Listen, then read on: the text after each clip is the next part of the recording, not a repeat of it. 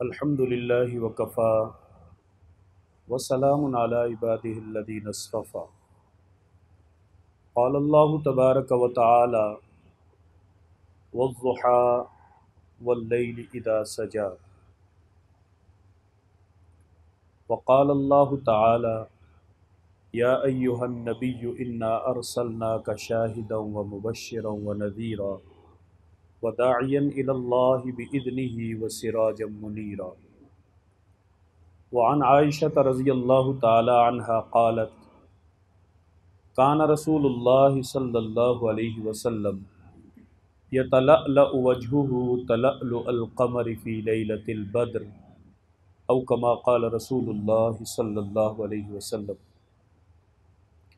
محترم ناظرین و سامعین، السلام علیکم ورحمۃ اللہ وبرکاتہ۔ آج کی ہماری گفتگو کا عنوان ہے میرے آقا جناب محمد الرسول اللہ صلی اللہ علیہ وسلم کیسے تھے۔ اللہ رب العزت نے انسان کو ایک کامل اور پسندیدہ زندگی گزارنے کے لیے جناب رسول اللہ صلی اللہ علیہ وسلم کو نمونہ حیات اور اسلام کو نظام حیات بنایا۔ اسلام ہمارے لیے نظام حیات ہے اور جناب رسول اللہ صلی اللہ علیہ وسلم نمونہ حیات ہیں۔ اللہ تعالیٰ نے حضور کے اقوال کو حدیث کا درجہ دیا اور حضور کے افعال کو، آپ کے کاموں کو سنت کا درجہ دیا، اور اللہ نے حضور کے قول اور فعل کو اتنا بڑا مقام دیا کہ خود جناب رسول اللہ صلی اللہ علیہ وسلم نے فرمایا کہ جو میری سنت سے، میری حدیث سے اعراض کرے گا، روح گردانی کرے گا، فلیس منا، اس کا میرے ساتھ کوئی تعلق نہیں ہے۔ امام الانبیاء صلی اللہ علیہ وسلم کی سیرت کا ایک معجزہ یہ ہے کہ حضور کی سیرت قرآن کی طرح پرانی نہیں ہوتی، بلکہ قرآن کو بار بار سننے سے انسان کو لذت اور چاشنی محسوس ہوتی ہے۔ اسی طرح رسول اللہ صلی اللہ علیہ وسلم کی سیرت کو بولنے اور سننے سے ایک لذت محسوس ہوتی ہے، ایک چاشنی محسوس ہوتی ہے، اور انسان بار بار اس کا جی چاہتا ہے کہ آقا علیہ الصلاۃ والسلام کا تذکرہ ہو، آپ صلی اللہ علیہ وسلم کی گفتگو ہو، آپ کے بارے میں بولا جائے اور ہم اسے سنتے رہیں، اور مزید لذت انسان کو محسوس ہوتی ہے۔ آپ کی سیرت کا ایک معجزہ یہ بھی ہے کہ دنیا میں کوئی بھی ایک لمحہ ایسا نہیں گزرتا جب امام الانبیاء صلی اللہ علیہ وسلم کا تذکرہ دنیا کے کسی کونے میں نہ ہو رہا ہو۔ یہی آپ کی سیرت کا معجزہ بھی ہے، اور یہی ورفعنا لک ذکرک، اس کی عملی تفسیر بھی ہے۔ انسانیت کی تاریخ میں انبیاء کرام کے بعد علیہم الصلاۃ والسلام، انبیاء کرام علیہم الصلاۃ والسلام کے بعد صحابہ کرام رضوان اللہ علیہم اجمعین انسانیت کی تاریخ کے کامیاب ترین لوگ ہیں۔ اتنے کامیاب کہ اللہ نے ان کی کامیابی کا نہ صرف اعتراف کیا بلکہ خود ان کی کامیابی کو بیان کیا اور فرمایا اولئک هم المفلحون، یہ لوگ کامیاب ہیں، اولئک هم الراشدون، یہی سیدھے رستے پر ہیں، اولئک هم المہتدون، یہ ہدایت یافتہ ہیں۔ صحابہ کرام کی اتنی زیادہ اللہ نے قرآن میں شان بیان کی، اور جب صحابہ کرام سے اس کامیابی کے بارے میں پوچھا گیا تو انہوں نے جواب دیا کہ یہ سب کامیابی حضور کی نسبت سے ہے۔ ہم نے آپ کی اتباع کی، اللہ نے ہمیں زمین سے اٹھایا اور آسمان کے ستارے بنا دیے۔ صحابہ کرام رضوان اللہ علیہ مجمعین دین کے مقتدا ہے، حضور کی سیرت کی عملی تفسیر صحابہ کرام ہے۔ اسلام سمجھ نہ ہو تو صحابہ کی زندگی کو پڑھا جائے، اسلام سمجھ میں آتا ہے۔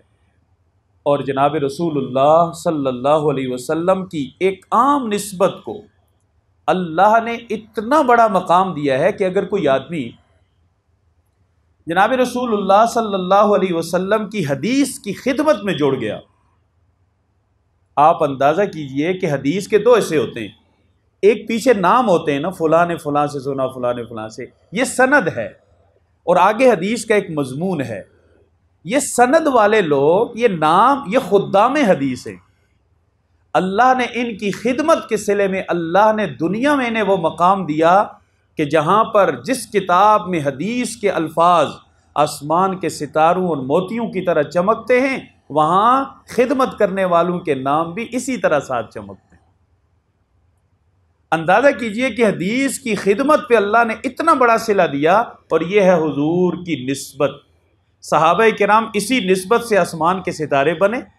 ایک عام انسان جو صحابی بھی نہیں ہے، تابعی بھی نہ ہو، اس کے بعد کے دور کا آدمی ہے، اللہ رب العزت نے حضور کی حدیث سے جڑنے کی نسبت سے اسے اتنا بڑا مقام دیا کہ ختم بخاری کی ایک تقریب ہوتی ہے مدارس میں، آخری تقریب جب بخاری شریف کی تکمیل ہوتی ہے، وہاں پورے مجمع کے اندر ایک عالم، جو ابھی عالم بنے ہوئے ہوتے ہیں، وہ جب حدیث پڑھتے ہیں، آخری حدیث، کلمتان حبیبتان الی الرحمن ثقیلتان علی المیزان خفیفتان علی اللسان، جب یہ الفاظ پڑھتے ہیں تو اس کے پیچھے جن لوگوں نے یہ الفاظ سن کر ہم تک پہنچائے ہیں، جس ترنم کے ساتھ یہ الفاظ پڑھے جاتے ہیں حدیث کے، اسی ترنم اور محبت کے ساتھ ان لوگوں کا نام بھی لیا گیا جاتا ہے کہ جنہوں نے حضور کی حدیث کی خدمت کی۔ اور یہ خدمت صرف اپنا نام لکھوانا نہیں ہے، بلکہ آپ حیران ہوں گے کہ اتنے محتاط انداز سے حضور کی سیرت کو محفوظ کیا گیا، حضور کی سیرت کو جمع کیا گیا، انتہائی حفاظت کے ساتھ میرے آقا کے الفاظ کو محفوظ کیا گیا، میرے آقا کے شب و روز کو محفوظ کیا گیا، میرے نبی کی خلوت اور جلوت کو محفوظ کیا گیا، حتیٰ کہ حضور قضائے حاجت کے لیے کس طرح تشریف لے جاتے تھے اس انداز کو بھی محفوظ کر کے انتہائی اہتمام کے ساتھ امت تک پہنچایا گیا۔ اور اگر محفوظ کرنے والوں میں ذرا برابر بھی بشری خامی یا کمی ہوئی، اسے بھی اس خدمت سے الگ کر دیا گیا۔ کہتے امام بخاری رحمہ اللہ، کسی کے پاس پتہ چلا انہیں کہ اس کے پاس حضور کی حدیث ہے، وہ حدیث لینے کے لیے میلوں کا سفر طے کر کے گئے، ان صاحب کے گھر پہنچے، وہاں پہ نہیں تھے، پتہ چلا بکریوں کے ساتھ گئے ہوئے، بکریاں چرا رہے ہیں، وہاں پہ گئے، سلام کیا، پوچھا کون صاحب؟ کہنے لگے محمد بن اسماعیل، مجھے بخاری کہتے ہیں۔ حضرت کیسے آنا ہوا؟ مجھے پتہ چلا ہے کہ آپ کے پاس مستند سند کے ساتھ حضور کی کوئی حدیث موجود ہے، وہ میں لینے کے لیے آیا ہوں۔ کہا جی بالکل ہے، آپ نے صحیح سنا اور آپ صحیح جگہ پہ آئے ہیں۔ کہا تو آئیے مجھے حضور کی حدیث سنائیے اور میں سن کے یہاں سے چلا جاؤں۔ انہوں نے کہا جی بالکل، آپ ٹھہریے، میں ذرا بکریوں کو جمع کر کے بند کر کے آ جاؤں۔ انہوں نے بکریوں کو جمع کرنے کے لیے بکریوں کو بلایا تو ٹہنی نیچے کی جس کے ساتھ پتے تھے، اس ٹہنی کو ہلایا تو بکریوں نے پتے دیکھے تو بھاگ کے آئی۔ جب بکری قریب پہنچی، انہوں نے ٹہنی کو چھوڑا، بکری کو پکڑ لیا۔ امام بخاری رحمہ اللہ وہیں سے واپس پلٹے، کہا جی حدیث تو سنتے جائیں۔ کہا میں آپ سے حدیث نہیں سن سکتا، آپ کی حدیث کو میں اپنی کتاب میں جگہ اس لیے نہیں دے سکتا، آپ نے میرے سامنے ایک بکری کو دھوکہ دیا ہے، آپ نے اسے پتے دکھائے لیکن آپ کا مقصد اسے پتے کھلانا نہیں تھا، پکڑنا تھا، آپ نے دھوکہ دیا۔ اور جو آدمی جانور کو دھوکہ دے سکتا ہے وہ میرے نبی کی حدیث سنانے کے لیے معتبر نہیں ہے۔ اتنے بڑے یہ خدام تھے، اور اللہ نے ان سب کو صلہ کیا دیا۔ مسلمانوں کے پاس ایک علم ہے، علم اسماء الرجال، 5 لاکھ لوگوں کے حالات زندگی اس علم کے تحت جمع ہیں، اور یہ سارے 5 لاکھ لوگ وہ ہیں جن کا کسی نہ کسی طرح سے حضور کی حدیث سے تعلق ہے۔ حدیث میں نام آیا، محدثین نے جانچ پڑتال شروع کر دی، نام کیا تھا، والد کا نام کیا تھا، پیشہ کیا تھا، والد کا پیشہ کیا تھا، دادا کا پیشہ کیا تھا، قوم کون سی تھی، رہتا کہاں پہ تھا، بھولتا تو نہیں تھا، ذہانت کیسی تھی، لوگ کیا کہتے تھے، عدل و انصاف کے معاملے میں کیسا تھا، کبھی ظلم تو نہیں کیا، بہنوں کا حصہ تو نہیں دبایا، بیوی کے ساتھ زیادتی تو نہیں کی، پڑوسی اس کے بارے میں کیا کہتے ہیں۔ جب سارے حالات جمع ہو گئے تو اس کا نام اسماء الرجال کے فن کے اندر اللہ رب العزت کے حکم سے شامل ہو گیا، اور مسلمانوں نے ایک علم کی بنیاد رکھی کہ جو ہمارے نبی کی حدیث کو، آپ کی زندگی کو بیان کرے گا، ہم اس وقت تک اس کے الفاظ کو قبول نہیں کریں گے جب تک اس کا مکمل بایو ڈیٹا ہمارے پاس نہ آ جائے۔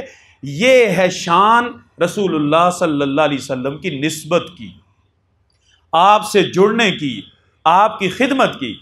اور صحابہ کرام رضوان اللہ علیہ مجمعین صحابہ بنے حضور کی نسبت سے، اور کون سی نسبت تھی جس نے انہیں رضی اللہ عنہم ورضوا عنہ کا خطاب دیا؟ وہ صرف اور صرف ایمان کی حالت میں چہرہ مصطفیٰ کا دیدار، یہ وہ ان کی خصوصیت تھی۔ اللہ نے صحابیت کا درجہ بھی دیا، اور قرآن میں 4 مرتبہ کم و بیش ان لوگوں کا تذکرہ اس انداز سے کیا، رضی اللہ عنہم ورضوا عنہ، اللہ ان سے راضی ہو گیا، یہ اللہ سے راضی ہو گیا۔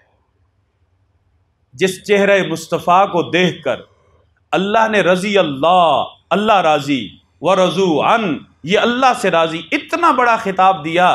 تو میرے بھائیوں، میرے عزیزوں، ہم سب کی ایک خواہش ہے، اور اس کے لیے ہم تمنا بھی کرتے ہیں، روتے بھی ہیں، اللہ سے مانگتے بھی ہیں۔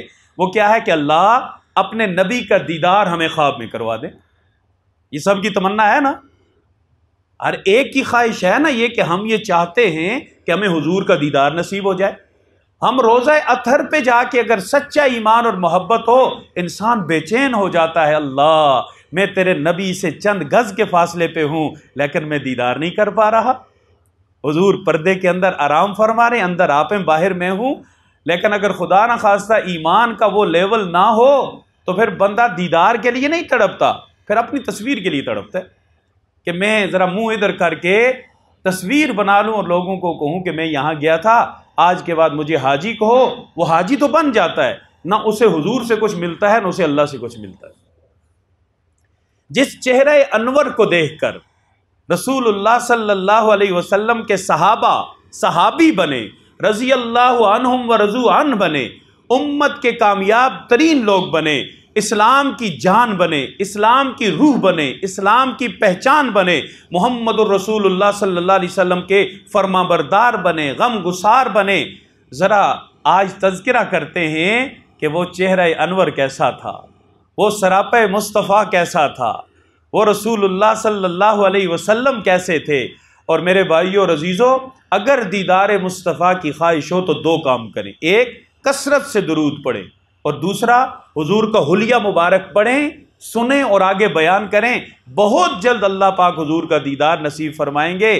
میرے آقا صلی اللہ علیہ وسلم کا سر مبارک، شمائل کی کتابیں یہ بتاتی ہیں کہ آپ کا سر مبارک درمیانہ تھا، نہ زیادہ بڑا تھا کہ بڑا سر کہا جائے، نہ زیادہ چھوٹا تھا کہ چھوٹا سر کہا جائے، بلکہ ایک متناسب سے انداز میں خوبصورت سر مبارک تھا، اور سر مبارک پہ زلفیں تھی، بال اور زلفیں اتنے نرم اور ملائم تھے کہ جنہوں نے حضور کے سر مبارک میں ہاتھ پھیرا وہ بتاتے ہیں کہ ہم فرق نہیں کر سکتے کہ ریشم زیادہ نرم ہے کہ رسول اللہ صلی اللہ علیہ وسلم کے بال مبارک زیادہ نرم ہیں۔ اور پھر حضور کو لمبے بال رکھنا پسند تھا، کبھی آپ کے بال بڑھتے بڑھتے کانوں تک پہنچتے تو حضور یہاں سے کٹ لگا کر انہیں سیدھا فرما دیتے، کبھی کانوں سے نیچے چلے جاتے گردن تک پہنچ جاتے، کبھی گردن سے بھی نیچے کندھوں تک پہنچ جاتے۔ اور یہ لمبے بال نہ تو گھنگریالے تھے اور نہ ہی بالکل سیدھے تھے، بلکہ سیدھے اور جب لمبے ہوتے تو ان میں ہلکا سا خم آ جاتا جو رسول اللہ صلی اللہ علیہ وسلم کے بالوں کے حسن میں اور زیادہ اضافہ فرما دیتا۔ میرے آقا صلی اللہ علیہ وسلم کی پیشانی تنگ نہیں تھی بلکہ کھلی اور چوڑی پیشانی تھی، اور اس پیشانی مبارک سے قدرتی طور پہ ایک نور اور ایک روشنی کی شعاع سی نکلتی رہتی۔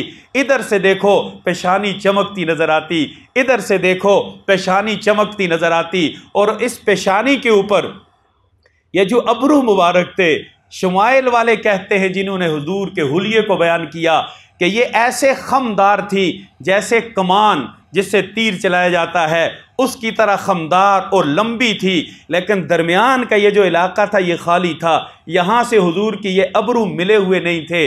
آپ کی آنکھیں مبارک سفید تھی اور سفید آنکھوں کے اندر ہلکے ہلکے سرخ سے ڈورے تیرتے تھے، اور اندر جو پتلی مبارک تھی یہ بالکل سیاہ تھی، اور اس سفیدی اور سیاہی میں ایک خوبصورت امتزاج تھا۔ میرے نبی صلی اللہ علیہ وسلم کی پلکیں گھنی بھی تھی، لمبی بھی تھی، اور ہر وقت ایسے محسوس ہوتا تھا جیسے حضور نے سرما لگا رکھا ہے۔ سرما آقا کو پسند تھا، لیکن آنکھیں آپ کی قدرتی طور پہ سرمگی تھی۔ میرے آقا صلی اللہ علیہ وسلم کی ناک مبارک استواں اٹھی ہوئی لمبی ناک تھی، بڑی خوبصورت ناک تھی، نہ چپٹی تھی اور نہ ہی موٹی تھی، بلکہ خوبصورت ناک جو ایک چہرے کو مزید نکھار دیتی ہے، ایسے میرے آقا صلی اللہ علیہ وسلم کی ناک مبارک تھی۔ میرے آقا صلی اللہ علیہ وسلم کے گال اندر دھنسے ہوئے نہیں تھے، بلکہ باہر کو اٹھے ہوئے بھرے ہوئے پرگوشت چہرہ تھا، اور پورا چہرہ امام الانبیاء صلی اللہ علیہ وسلم کا ایسا تھا جیسے میں نے آپ کے سامنے خطبے میں حدیث پڑھی، کان رسول اللہ صلی اللہ علیہ وسلم یتلألأ وجہہ تلألؤ القمر فی لیلۃ البدر۔ اما عائشہ صدیقہ رضی اللہ تعالیٰ عنہ فرماتی ہیں حضور کا چہرہ مبارک ایسے چمکتا تھا کہ جیسے 14ویں رات کا چاند چمکتا ہے، اور میرے آقا صلی اللہ علیہ وسلم کے ہونٹ مبارک خوبصورت تھے، نہ موٹے تھے نہ پتلے تھے، بلکہ درمیانی ہونٹ تھے، اور دہن مبارک متناسب تھا، نہ بہت زیادہ بڑا نہ بہت زیادہ چھوٹا۔ اور امام الانبیاء صلی اللہ علیہ وسلم کے دانت مبارک موتیوں کی طرح چمکتے تھے، اور دانت جڑے ہوئے نہیں تھے بلکہ ہلکا ہلکا خلا تھا۔ جب حضور تبسم فرماتے، مسکراتے یا گفتگو کرتے، ان دانتوں کا جو خلا تھا اس کے اندر سے نور کی کرنیں باہر برآمد ہوتی جو دیکھنے والے کو محسوس ہوتی۔ آپ صلی اللہ علیہ وسلم کی گفتگو ہمیشہ دھیمی ہوتی تھی، اتنی کہ ہر ایک کو پوری آواز آ جاتی اور اسے دوبارہ پوچھنے کی ضرورت نہیں ہوتی تھی۔ امام الانبیاء صلی اللہ علیہ وسلم کبھی کسی سے چیخ کر نہیں بولے، کبھی الفاظ میں غصے کا اظہار نہیں کیا، بلکہ حضور کو جب غصہ آتا آپ صلی اللہ علیہ وسلم کا چہرہ مبارک اس کا رنگ بدلتا تو صحابہ جو مزاج شناس تھے وہ سمجھ جاتے کہ رسالت مآب صلی اللہ علیہ وسلم کو غصہ آیا ہوا ہے۔ وہ اپنی بات پہ نظر ثانی فرماتے۔ میرے آقا صلی اللہ علیہ وسلم کی داڑھی مبارک گھنی بھی تھی اور یوں پھیلی ہوئی تھی جو آپ کے سینہ مبارک کو بھر دیا کرتی تھی۔ میرے نبی صلی اللہ علیہ وسلم کی گردن لکھنے والے لکھتے ہیں ایسی تھی جیسے تراشی گئی ہو، تراش کے لمبی کی گئی ہو، لیکن اتنی لمبی نہیں تھی کہ جو مناسب معلوم نہ ہو۔ انتہائی خوبصورت اور مناسب گردن مبارک تھی، سینہ مبارک کشادہ تھا، چوڑا، اور اس سینے پہ تھوڑے سے بال تھے جن سے ایک لکیر نکلتی تھی جو ناک مبارک تک جاتی، اور باقی پیٹ پہ یا پیٹھ پہ کوئی بال نہیں تھے۔ آپ صلی اللہ علیہ وسلم کے پیچھے کمر مبارک پہ دونوں شانوں کے درمیان میں کبوتری کے انڈے جتنی ایک مہر تھی جسے مہر نبوت کہا جاتا ہے، اور وہ کمر مبارک کے حسن کو بڑھا دیتی۔ بچے چھوٹے جب آتے حضور کا کپڑا مبارک ہٹا ہوتا، اس مہر نبوت سے کھیلتے تھے، اور میرے آقا صلی اللہ علیہ وسلم انہیں منع نہیں فرمایا کرتے تھے۔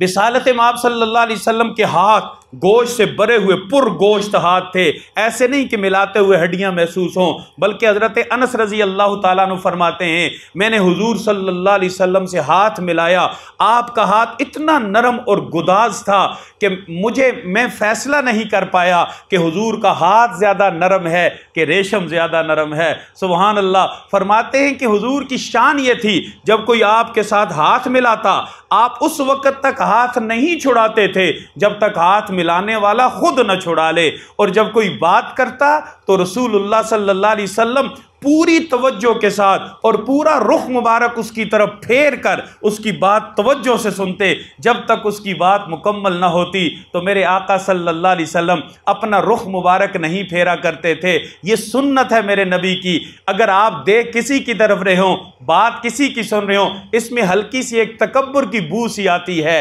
اور عاجزی یہ ہے بات کرنے والا چھوٹا ہو یا بڑا ہو مکمل طور پہ اس کی بات توجہ سے سنی جائے، اس سے اس کی دلجوئی ہوگی۔ قد مبارک درمیانہ تھا، نہ لمبا نہ چھوٹا، درمیانہ اور متناسب قد تھا، لیکن شان یہ تھی کہ اگر پوری ایک مجلس اور گروہ کے درمیان بھی رسول اللہ صلی اللہ علیہ وسلم چل رہے ہوں تو میرے نبی سب سے لمبے محسوس ہوتے تھے، سب سے اونچے محسوس ہوتے تھے، کوئی آپ سے اونچا محسوس نہیں ہوتا تھا۔ جب آپ چلتے تھے قدم مبارک جما کے رکھا کرتے تھے، آپ کی جوتی مبارک کی آواز پیدا نہیں ہوتی تھی، نہ گھسٹنے کی نہ لگنے کی۔ اور رسول اللہ صلی اللہ علیہ وسلم کا جسم مبارک نہ تو موٹا تھا نہ پتلا تھا، بلکہ سڈول اور درمیانہ قسم کا جسم تھا، اتنا خوبصورت جتنا ایک انسان کے لیے ہونا چاہیے۔ تو رسول اللہ صلی اللہ علیہ وسلم کے سراپہ مبارک کو کسی نے شعر کے انداز میں یوں بیان کیا ہے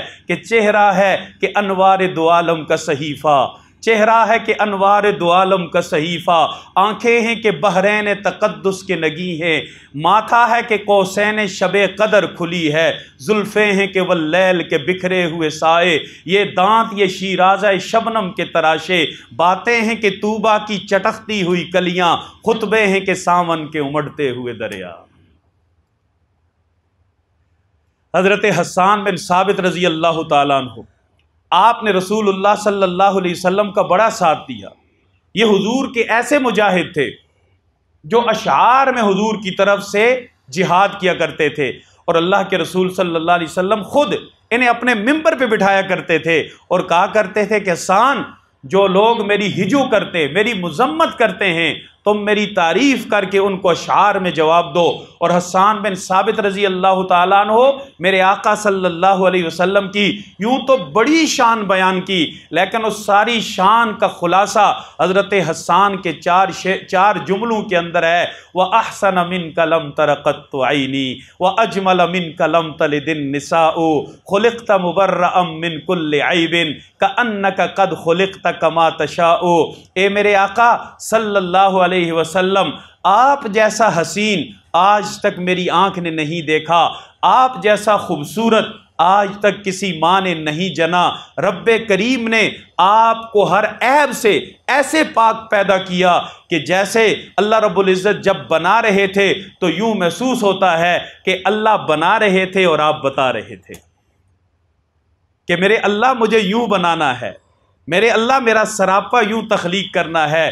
تو میرے بھائیوں اور عزیزوں، اللہ رب العزت نے اتنے عظیم الشان پیغمبر ہمیں عطا کیے جن کی صورت جیسے کسی کی صورت نہیں، جن کی سیرت جیسی کسی کی سیرت نہیں، جن کے کردار جیسا کسی کا کردار نہیں، جن کی گفتار جیسی کسی کی گفتار نہیں، جن کے اخلاق جیسے کسی کے اخلاق نہیں۔ اس دنیا میں اور آپ بھی گھروں میں رہتے ہیں، ہماری بھی فیملیاں ہوتی ہیں، ہم اپنی فیملی کے لڑائی جھگڑوں کو ختم کرنے کے لیے آخری جملہ یہ بولتے ہیں کہ بس کر ٹھیک ہے، گھر کی بات گھر میں رہے، کسی کو بتانا نہیں۔ میرے آقا صلی اللہ علیہ وسلم نے اپنی گھر کی زندگی کو اپنی امت تک پہنچانے کے لیے 53 سال کی عمر کے بعد 10 شادیاں فرمائیں، جب انسان کو عام طور پہ شادی کی ضرورت نہیں ہوتی۔ یہ 10 وہ گواہ تھی ہماری مائیں جن کے گھر کی زندگی، حضور کی زندگی جن کے سامنے تھی، اور انہوں نے اللہ کے رسول صلی اللہ علیہ وسلم کی زندگی کو، جو آدھی زندگی انسان کی گھر میں گزرتی ہے، امت کے سامنے یوں پیش کیا۔ اور جب حسن کی بات آئی، اماں عائشہ صدیقہ رضی اللہ تعالیٰ عنہ فرماتی ہیں، ایک دن اللہ کے محبوب صلی اللہ علیہ وسلم گھر تشریف لاتے ہیں، میں اندھیرے میں کچھ تلاش کر رہی ہوتی ہوں، محبوب کائنات مجھ سے پوچھتے ہیں کہ عائشہ کیا ڈھونڈ رہی ہو؟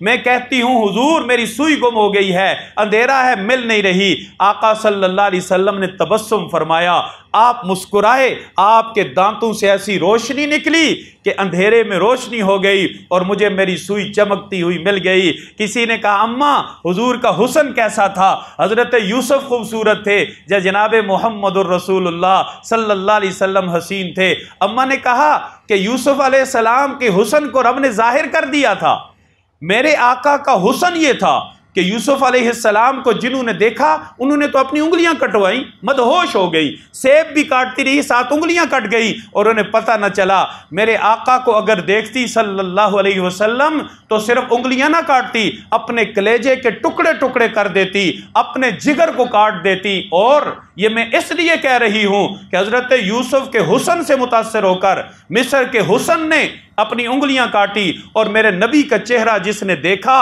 اس نے پہلے کلمہ پڑھا، اپنی گردن حضور کی غلامی میں دی، اور پھر جب حضور نے حکم دیا، کسی نے بدر میں کٹوا دی، گردن کٹوا دی، کسی نے احد میں کٹوا دی، کسی نے خندق میں کٹوا دی، کسی نے فتح مکہ پہ کٹوا دی، اور یہ تھا حسن مصطفیٰ جس نے دیکھا وہ حضور کا دیوانہ ہوا۔ عبداللہ بن سلام رضی اللہ تعالیٰ عنہ یہودیوں کے عالم ہیں جو مسلمان ہوئے، کہتے ہیں میں تو ہجرت کے وقت ویسے دیکھنے آیا تھا کہ جن کے بارے میں اتنا شور ہے کہ محمد الرسول اللہ صلی اللہ علیہ وسلم آ رہے ہیں، میں جا کے دیکھوں تو صحیح کہ یہ وہی ہیں جن کا تذکرہ ہماری کتابوں میں ہے یا کوئی اور ہے۔ جب میں نے آقا صلی اللہ علیہ وسلم کو جا کے دیکھا تو آپ گویا تھے، گفتگو فرما رہے تھے۔ گفتگو کیا تھی؟ افشوا السلام، افشوا السلام، سلام کو عام کرو، وَأَطْعِمُوا الطَّعَامَ، محتاجوں کو کھانا کھلاؤ، وَصَلُّوا بِاللَّيْلِ وَالنَّاسُ نِيَامٌ، رات کو اٹھ اٹھ کے نماز پڑھو اس حال میں کہ لوگ سو رہے ہوں اور تم نماز پڑھ رہے ہو۔ تَدْخُلُوا الْجَنَّةَ بِسَلَام، تم سلامتی کے ساتھ، سہولت کے ساتھ جنت میں داخل ہو جاؤ گے۔ حضور یہ فرما رہے تھے اور میں چہرہ انور کو دیکھ رہا تھا۔ بالآخر الفاظ نے بھی جادو کیا، لیکن حضور کا چہرہ دیکھ کر میرے دل نے کہا کہ یہ چہرہ کسی جھوٹے کا نہیں ہو سکتا، اور میں نے چہرہ انور کو دیکھ کر اسلام قبول کر لیا۔ لَقَدْ كَانَ لَكُمْ فِي رَسُولِ اللَّهِ أُسْوَةٌ حَسَنَةٌ، تمہارے لیے رسول اللہ صلی اللہ علیہ وسلم کی زندگی میں بہترین نمونہ ہے۔ جس جیسی صورت کسی کی نہیں، جس جیسی سیرت کسی کی نہیں، جس جیسے اخلاق کسی کے نہیں۔ دنیا تو میرے نبی کی اقتدا کر کے چاند پہ پہنچ گئی، اور حضور جس امت کو چاند پہ چھوڑ کے گئے تھے وہ امت اپنی غلطیوں کی وجہ سے، اپنی محرومیوں کی وجہ سے آئے روز ایک قدم پیچھے تو جا رہی ہے، آگے نہیں بڑھ رہی۔ خلاصہ کلام یہ ہے، خلاصہ کلام دنیا اور آخرت کی ترقیوں کا راز پوشیدہ ہے تو امام الانبیاء صلی اللہ علیہ وسلم کی اتباع میں پوشیدہ ہے۔ آپ تجربہ کر کے دیکھ لیں، عقیدت سے ہٹ کے حضور جیسا کامل نمونہ، حضور جیسی کامل زندگی اس کائنات کے اندر کسی کی نہیں ہے۔ حضرت جابر رضی اللہ تعالیٰ عنہ فرماتے ہیں کہ ایک رات میں نے دیکھا رسول اللہ صلی اللہ علیہ وسلم اپنے بستر مبارک پہ آرام فرما رہے تھے، اپنے بستر پہ آرام فرما رہے تھے، اور آسمان پہ چاند چمک رہا تھا، ماہ کامل، پورا چاند۔ کیا خوبصورت ہوتا ہے پورا چاند، دل چاہتا ہے کہ اسے دیکھیں، پوری روشنی، پوری ٹکیا، پوری گولائی۔ میں کبھی چاند کو دیکھتا اور کبھی رسول اللہ صلی اللہ علیہ وسلم کے چہرے کو دیکھتا، میں یہ سوچ رہا تھا کہ حضور کا چہرہ زیادہ حسین ہے کہ آسمان پہ چمکتا یہ 14ویں کا چاند زیادہ حسین ہے۔ میں نے فیصلہ کیا کہ چاند کو میرے نبی کے چہرے سے کوئی نسبت نہیں ہے، میرے آقا صلی اللہ علیہ وسلم کا چہرہ حسین ہے۔ تو کسی کہنے والے نے کہا کہ چاند سے تشبیہ دینا یہ بھی کوئی انصاف ہے، چاند پر ہیں چھائیاں، میرے آقا کا چہرہ صاف ہے۔ رخ مصطفیٰ کو دیکھا، رخ مصطفیٰ کو دیکھا تو دیوں نے جلنا سیکھا، یہ کرم ہے مصطفیٰ کا، شب غم نے ڈھلنا سیکھا، یہ زمین رکی ہوئی تھی، یہ فلک تھما ہوا تھا، چلے جب میرے محمد تو جہاں نے چلنا سیکھا۔ حضرت حلیمہ سعدیہ رضی اللہ تعالیٰ عنہ فرماتی ہیں کہ جب میں مکہ میں بچے کی تلاش میں آئی کہ مجھے کوئی بچہ مل جائے جس کی خدمت کر کے، جسے دودھ پلا کے میرا گھر چلے، میرا نظام چلے، تو حضور کے دروازے پہ جو بھی آتا، جو بھی حضور صلی اللہ علیہ وسلم کے دروازے پہ آتا، وہ یہ سن کے واپس چلا جاتا کہ بچہ یتیم ہے، مجھے کچھ نہ ملا۔ میں حضور کے دروازے پہ آئی کہ خالی جانا بھی تو بری بات ہے، آپ کی اماں نے کہا میرا بچہ اندر ہے۔ جب میں اندر گئی تو میں کیا دیکھتی ہوں؟ حضور صلی اللہ علیہ وسلم سو رہے ہیں، آپ پہ ایک باریک سا کپڑا رکھا ہوا ہے۔ اللہ اکبر! میں حضور کا جو دیدار میں نے پہلی بار کیا نا، میں الفاظ میں بیان نہیں کر سکتی۔ میرا دل نہیں چاہا کہ میں بچے کو ایسے ہی اٹھاؤں، میں نے پہلے جگایا، میں نے سینے پہ ہاتھ رکھا۔ جب سینے پہ ہاتھ رکھا تو حضور نے آنکھیں کھولی۔ اللہ اکبر! جب حضور نے آنکھیں کھولی تو میں کیا دیکھتی ہوں؟ آنکھیں کھلتے ہی آنکھوں سے ایک ایسی خوبصورت روشنی نکلی، ایک ایسا نور نکلا کہ میرے دیکھتے ہی دیکھتے وہ آسمان کے اندر تحلیل ہو گیا، آسمان کے اندر چلا گیا۔ تو میں نے تہیہ کر لیا کہ یہ بچہ معمولی نہیں ہے، یہ کوئی عظیم الشان اور عظمتوں والا بچہ ہے۔ تو ہم اپنے آقا صلی اللہ علیہ وسلم کو ان الفاظ میں خراج تحسین پیش کرتے ہیں کہ فلک خوبصورت سجایا نہ ہندا، کسے شیدا بھی اتھے سایہ نہ ہندا، نہ اے عرش و کرسی نہ چند تارے، شب و روز دے اے نہ ہوندے نظارے، نہ جنوں بشر تے نہ کوئی پرندہ، حیاتی مماتی نہ مویا نہ زندہ، نہ حوراں دے قصے نہ آدم نہ حوا، نہ یعقوب یونس نہ یوسف زلیخا، نہ تختاں تے تاجاں دے سلطان ہوندے، محلاں دے والی نہ دربان ہوندے، نہ ملدی کسے نو کدے زندگانی، ہوا اے نہ ہوندی نہ ہوندا اے پانی، کسے شے دا بھی ایتھے سایہ نہ ہوندا جے رب نے محمد بڑھایا نہ ہوندا۔ وآخر دعوانا ان الحمدللہ رب العالمین۔ دعا فرمائیں۔ الحمدللہ رب العالمین والعاقبۃ للمتقین والصلاة والسلام علی رسولہ محمد وآلہ واصحابہ اجمعین۔ اللہم لک الحمد کما انت اہلہ فصل وسلم علی سیدنا محمد کما انت اہلہ وافعل بنا کما انت اہلہ فانک اہل التقوی واہل المغفرہ۔ یا اللہ کریم اپنے فضل و کرم سے ہمارے کہنے اور سننے کو اپنی بارگاہ میں قبول فرما لے۔ یا اللہ کریم ہمارا نام بھی حضور کی تعریف کرنے والوں کی فہرست میں شامل فرما دے۔ حضور کی عقیدت اور محبت ہمارے دلوں کی بہار بنا دے۔ امام الانبیاء صلی اللہ علیہ وسلم کی شفاعت کا ہمیں مستحق بنا دے۔ یا اللہ کریم ہمیں حضور کی سچی محبت اور کامل اتباع نصیب فرما دے۔ یا اللہ کریم ہمیں ایسی زندگی نصیب فرما دے جس میں کوئی پچھتاوا اور شرمندگی نہ ہو، اور جب کل آپ کا سامنا ہو، حضور کا سامنا ہو، ہماری آنکھیں ندامت سے جھکی ہوئی نہ ہوں بلکہ فخر سے اٹھی ہوئی ہوں۔ یا اللہ کریم ہمارے الفاظ کو ہمارا عمل بنا دے، ہمارے عمل میں اخلاص نصیب فرما دے، اور اخلاص کی دولت کی برکت سے اللہ کریم ہمیں دنیا اور آخرت کی کامیابیاں نصیب فرما دیں۔ اللہ کریم ہر قسم کی پریشانیوں سے محفوظ فرما دیں۔ یا اللہ پریشان کرنے والوں سے محفوظ فرما دے۔ یا اللہ کریم دلوں کو سکون دے دے۔ یا اللہ کریم دلوں کو چین اور اطمینان دے دے۔ یا اللہ کریم ایمان کو، اسلام کو ہماری بہار بنا دے، ہماری سانس بنا دے، ہماری روح بنا دے۔ جتنے بھائی بزرگ یہاں بیٹھے ہیں یا اللہ سب کی جائز حاجتوں کو، نیک تمناؤں کو پورا فرما دے۔ اٹھنے سے پہلے ہم سب کی مغفرت اور بخشش کا فیصلہ فرما دیں۔ وصلی اللہ تعالی علی خیر خلقہ محمد وآلہ وسلم۔